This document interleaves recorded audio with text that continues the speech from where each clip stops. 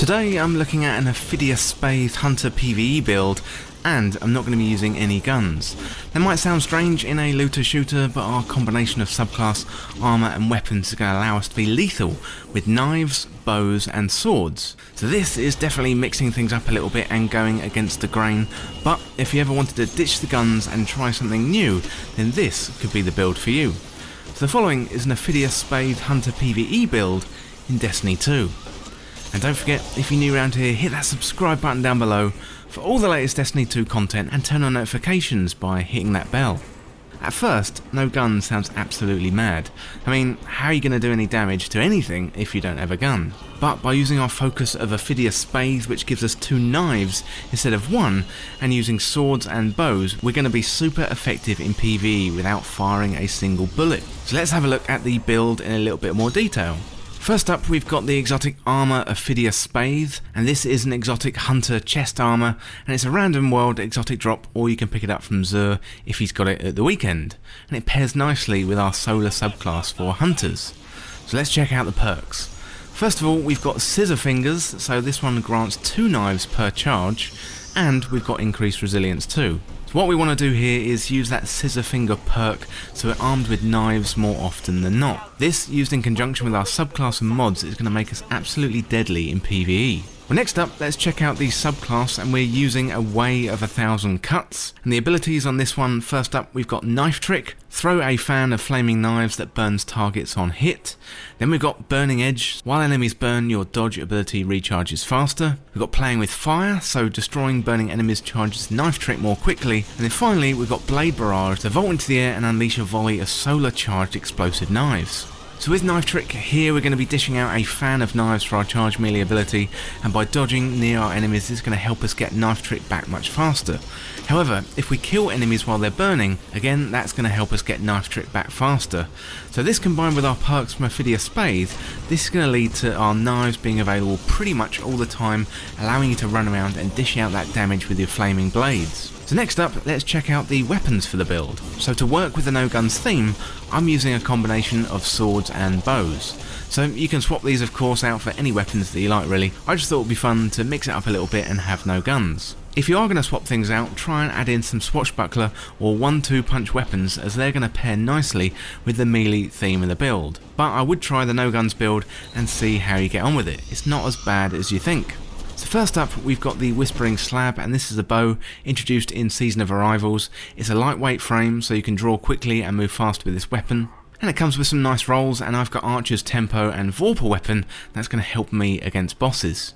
Next up, I'm using Point of the Stag, so this one is a precision frame bow, so a longer draw time optimised for damage, and it's compound bow too. And then finally, for the exotic weapon for this build, I'm using Black Talon, and this is an exotic power sword. And the perk on this one that we're going to use is Crow's Wings, so you fire a heavy projectile attack, and heavy attacks are stronger with full energy, and attacks bypass elemental shields. That sounds really familiar to Falling Guillotine, but Black Talon is almost a forgotten sword in Season of Arrivals, and it's really good.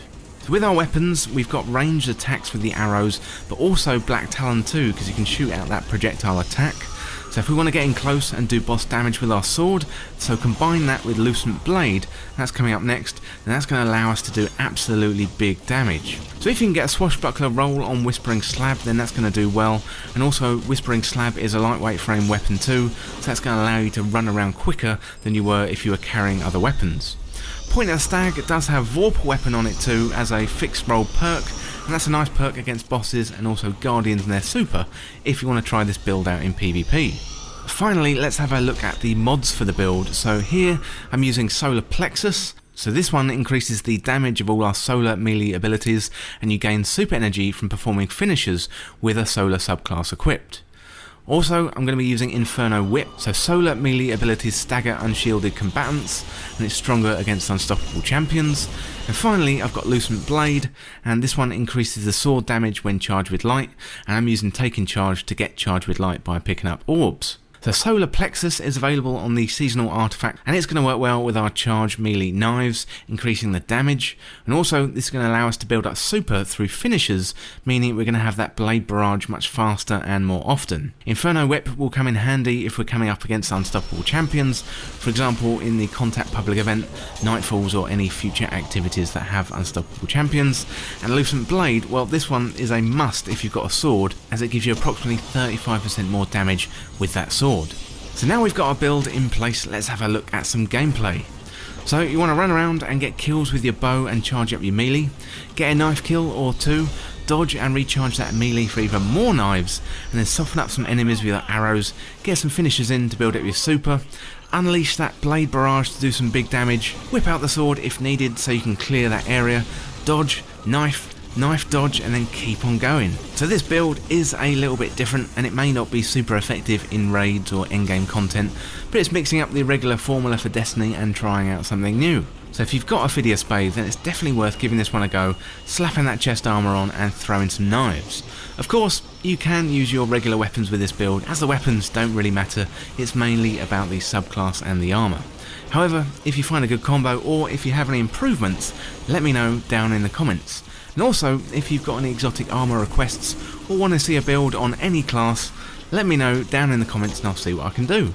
Well, that's it for this guide for an Ophidia Spathe Hunter PVE build for Destiny 2, and thank you so much for watching. For more Destiny 2 content like this, hit that subscribe button down below and subscribe to This Week in Video Games. To join the community, check out the Discord link in the description, or you can follow me on Twitter at TWIVG Podcast. If you enjoyed the video or found it useful, liking and sharing it would really help me out. Otherwise, check out these other videos on the channel. Thanks again, and I'll see you in the next video.